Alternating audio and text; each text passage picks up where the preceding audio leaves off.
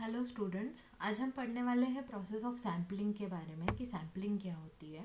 तो सैम्पलिंग एक प्रोसेस होती है जो कि एनालिटिकल केमिस्ट्री में एक इम्पॉर्टेंट पार्ट प्ले करती है।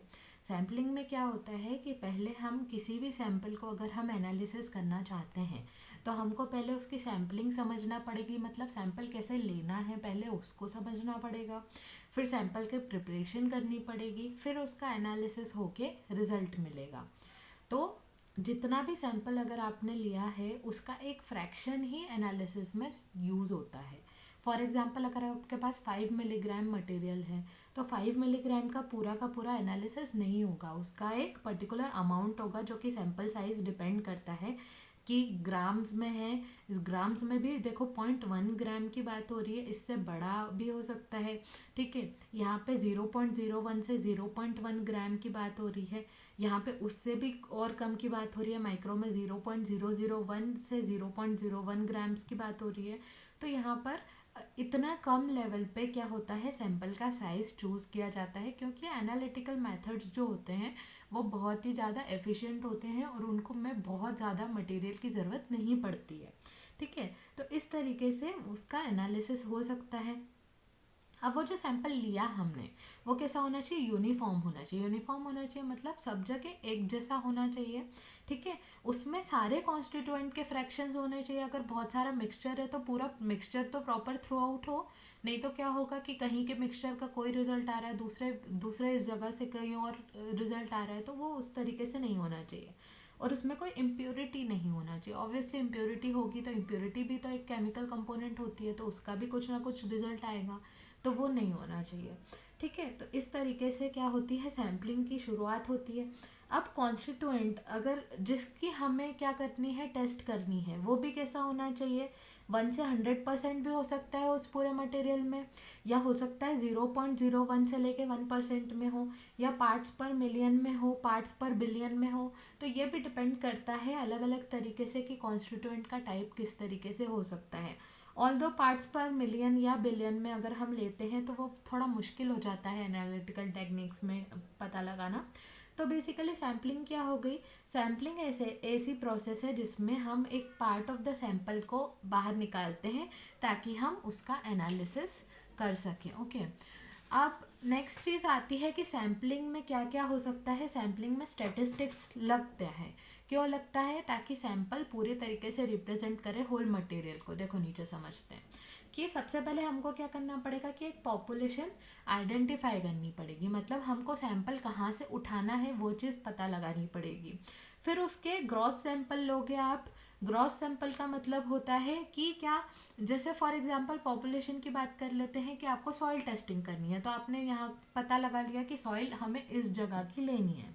उसके बाद आप उसका ग्रॉस सैंपल उठाओगे, मतलब उसका एक छोटा सा सैंपल उठाओगे जो कि वो उस पूरी पॉपुलेशन की को रिप्रेजेंट कर रहा होगा। उस ग्रॉस सैंपल से भी आप क्या करोगे, लेबोरेटरी सैंपल बनाओगे, और इस प्रोसेस को बेसिकली क्या बोलोगे आप, सैम्पलिंग बोलोगे। ठीक है, तो वो भी पूरी पॉपुलेशन को शो करेगा, बस क्या होगा, इससे कम होगा। वो अपन ने अभी देखा कि माइक्रो या अल्ट्रा माइक्रो या मैक्रो टाइप में हो सकता है। ठीक है, इस तरीके से ये हो सकता है। अब नेक्स्ट चीज़ आती है कि ये प्रोसेस किस तरीके से हो सकती है, तो ये स्टैटिस्टिकल सैम्पलिंग भी हो सकती है, रैंडम सैम्पलिंग भी हो सकती है। स्टैटिस्टिकल में आपने क्या किया कि सैंपल को एक नंबर दे दिया, प्लान कर लिया, हर सैंपल में से थोड़ा थोड़ा पोर्शन उठा लिया। जैसे 1 से लेके 10 तक है तो 1 से लेके 10 तक में सब में थोड़ा थोड़ा पोर्शन उठा लिया आपने, फिर उसको कंबाइन करके प्रॉपर कर दिया। तो ये क्या हो गया, उसमें 1 से लेके 10 तक की सारे की क्वालिटी होगी। ठीक है, रैंडम सैम्पलिंग के अंदर क्या होता है कि इसके अंदर आप सबसे पहले पूरा सैंपल लोगे, उसको क्रश करोगे, उसको ग्राइंड करोगे, उसको लेबल करोगे, फिर उसके बाद उसमें से रैंडमली कोई सैंपल उठा लोगे। तो रैंडम सैम्पलिंग में थोड़ा इशू क्रिएट होता है क्योंकि इम्प्योरिटी आने के चांसेस ज़्यादा रहते हैं, जबकि स्टैटिस्टिकल में कोई इम्प्योरिटी आने के चांसेस नहीं रहते हैं। ठीक है, नेक्स्ट चीज़ ये आती है आपके पास कि सैंपल मिक्सचर भी दो तरह के हो सकते हैं। कैसे? हेट्रोजीनस, जो कि मिक्सचर हो, जैसे इमल्शन हो गए, पाउडर हो गए, एरोसोल हो गए, ये क्या है? किसी चीज़ के मिक्सचर्स हैं। तो इसमें स्टैटिस्टिकल सैम्पलिंग यूज़ करें तो ज़्यादा अच्छा होता है। इमल्शन क्या है? लिक्विड इन लिक्विड सॉल्यूशन है, पाउडर में भी मिक्स हो सकता है। एरोसोल क्या है? वो भी उसके क्या है, इसके अंदर आपको सॉलिड या लिक्विड डिस्पर्स्ड मिल सकते हैं। तो इस तरीके से ये चीज़ें हो सकती हैं। होमोजेनस होगा तो या तो सॉलिड होगा, या तो लिक्विड होगा, या तो गैस होगा। इसके अंदर आप क्या यूज़ करोगे? रैंडम सैम्पलिंग यूज़ करोगे, क्योंकि रैंडम सैम्पलिंग से क्या होगा कि आप बेटर तरीके से उसको ले सकते हो, क्योंकि होमोजेनस है, सब जगह से सेम है, तो क्या ही फ़र्क पड़ जाएगा।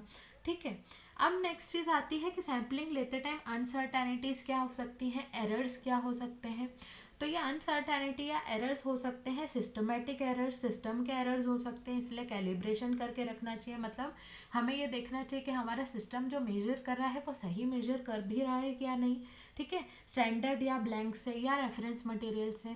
ठीक है, रैंडम एरर्स आ सकते हैं प्रिसीजन में। अब प्रिसीजन क्या होता है?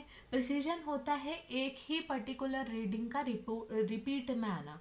तो प्रिसीजन ज़रूरी है, एक जैसी ही रीडिंग आनी चाहिए। तो रीडिंग को भी हम क्या लेंगे? बहुत सारी रीडिंग्स ले लेंगे ताकि हम प्रिसीजन बेटर कर सकें।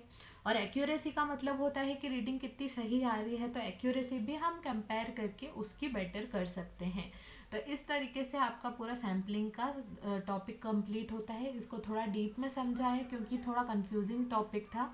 अगर आपको पसंद आए तो please give it a like. Thank you.